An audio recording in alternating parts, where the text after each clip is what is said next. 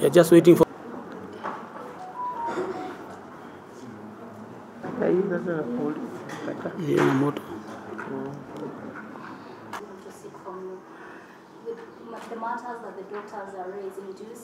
We in the regional conference call upon the stakeholders, especially the county and the national government, to get to meaningful dialogue with the doctors and other health sector workers to end the ongoing strike.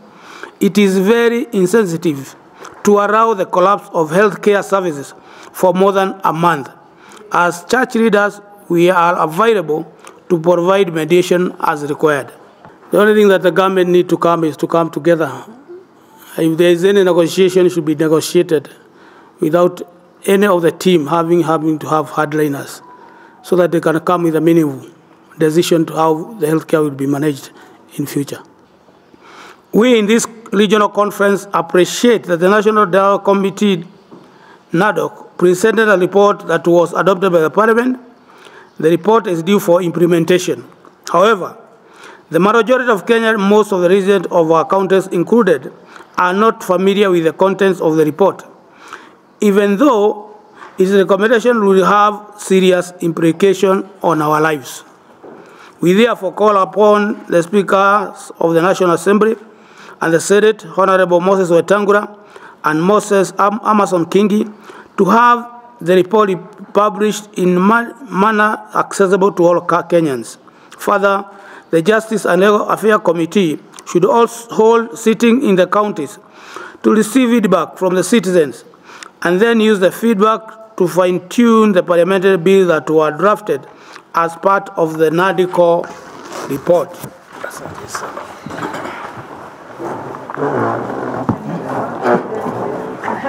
I would like first to begin by saying community health services aim at empowering individuals, families, and communities to take charge of their health. Community health services are delivered by the community health promoters at the household level. And some of the services that they provide is health education and promotion, disease prevention and control, and this is to reduce morbidity, disability, and mortality, family health services, environmental health, provide first aid, psychosocial support, and managing the general health data. Honorable Speaker and honorable members, community health promoters are assigned approximately 100 households which they visit on a routine basis. Each community health unit has 10 community health promoters. There is a community health committee that oversees the affairs of a community health unit. Each community health unit comprises of 5 to 7 members drawn from among the community members. We have a table, Honorable Speaker and honorable members, that has enumerated the community health promoters per county, but we have these names per constituency. Across the nation, we have 107,000 community health promoters. If we were to print, that would be very bulky, but we are able to offer the soft copy specifically for Baringo County, Baringo constituency, and any other constituency that may want to see the list of the community health promoters. On the second question... For the curiosity of the member, I don't know what he wants to know, but he just sent the soft copy of all the 290 constituencies. He will go through. If he has any issues, he can file a question through the committee. Okay. Thank you, go to the second question. On the second question, explain the method used by the ministry to select the said community health promoters across the country. Honorable Speaker and honorable members, the selection of community health promoter is guided by Section 9 of the Primary Health Care Act 2023, which defines the criteria for community health promoter as follows. A community health promoter shall be selected by the community through a public participation forum, and they shall be appointed by the county government. A person qualifies for selection and appointment as a community health promoter under subsection 1 if the person is a citizen of Kenya, is above the age of 18 and is of sound mind, is responsible and respected member of the community, understands the role of community health promoter, is a resident of the respective community for a continuous period of not less than 5 years prior to the appointment date, is literate and can read and write in at least one of the national languages, and the local language, is not disqualified for appointment office by any other criteria of law. A community health promoter shall be appointed on such terms and conditions as the respective county public service board shall determine. Each county executive committee member shall prescribe in the county legislation regulations approved by the respective county assembly for the conduct of public participation forum. Section 10 further provides for a framework for the conduct of the public participation during the selection of CHPs. Conduct of public participation. In conducting the public participation forum under Section 9, the county executive committee member shall publish and publicize through the mechanisms established by a county government under Section 95 of the County Governments Act a notice of the proposed selection process at least 7 days before the conduct of the process. They are expected to avail to the residents of the county information regarding the agenda with respect to the selection process, criteria for selection of community health promoter, the process of submitting the nomination for selection, and such other information as the committee member may consider necessary for the effective participation and conduct of the selection process. The public participation shall provide, where necessary, interpretation of services for persons who are not conversant with the national language, where the national language is the principal language of communication during the conduct of the public participation forum. They shall keep and maintain an attendance register for all persons attending the forum. The conduct of public participation forum shall be guided by the principles of citizen participation in counties under Section 87 of the County Governments Act, provision of effective mechanisms for involvement in the public, including special interest groups who will be affected or be interested in the decision. Participants' equitable access to the information they need to participate in a meaningful manner. Establish of an appropriate feedback mechanism, adherence to the national values under Article 10 of the Constitution, adherence to the principles of public participation as may be prescribed by the written law, and ensuring that the needs and interests of all persons are catered for.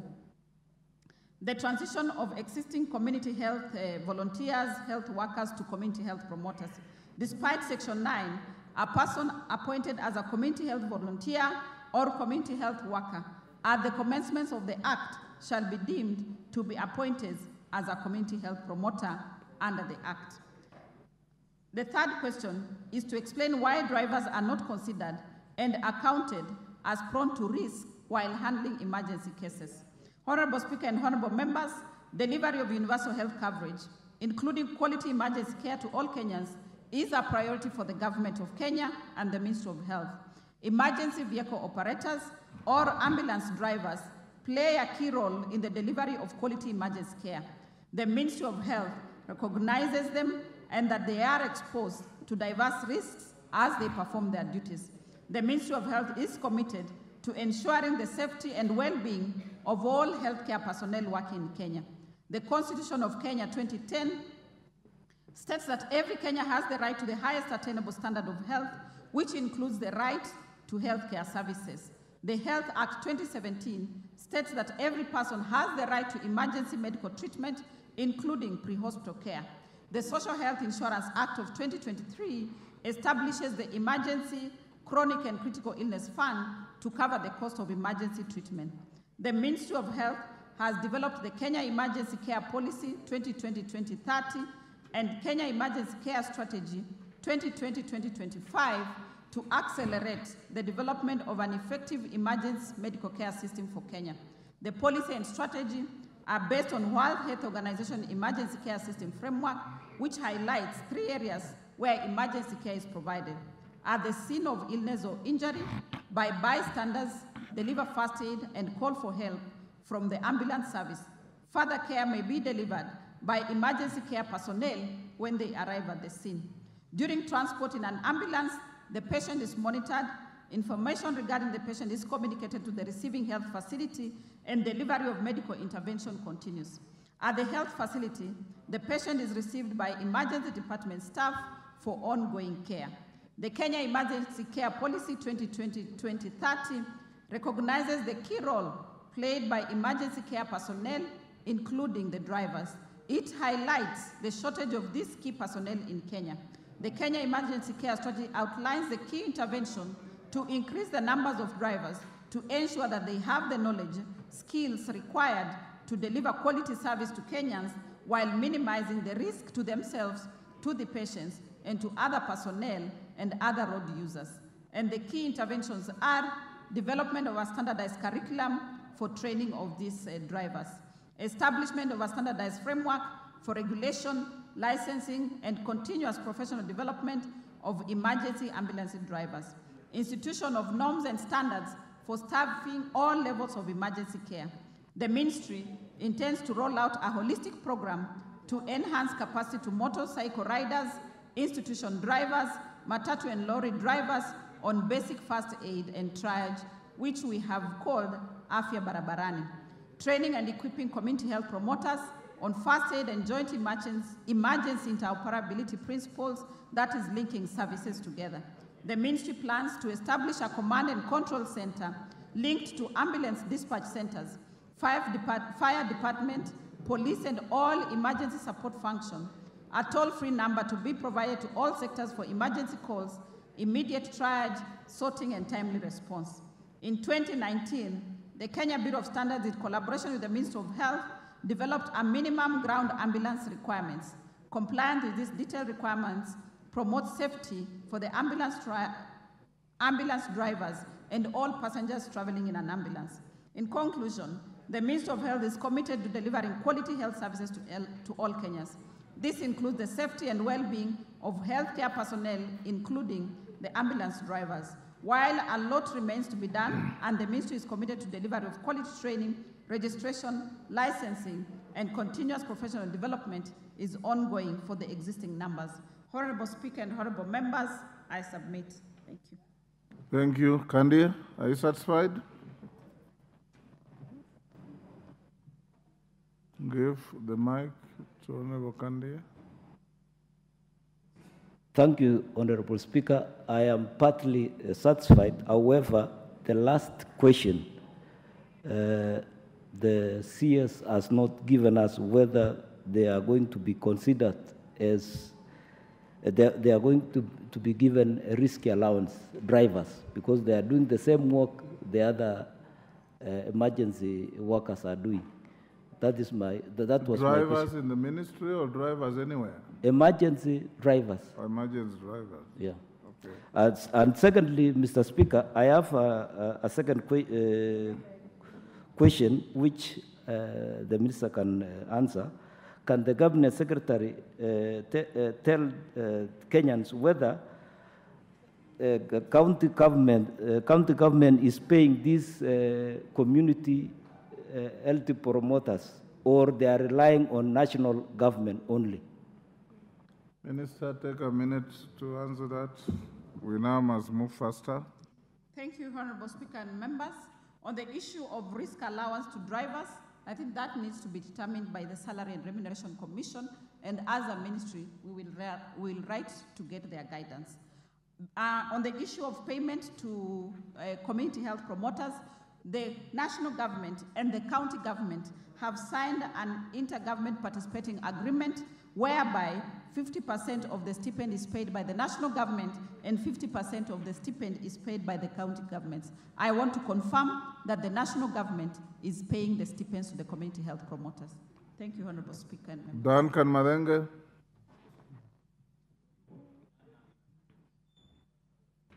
Minister, now we must take a maximum of 5 minutes per question. Thank you, Honorable Speaker. I wish to ask question number 086 of 2024 to the Cabinet Secretary. Could the Cabinet Secretary explain the factors used to determine how much a non-salaried Kenyan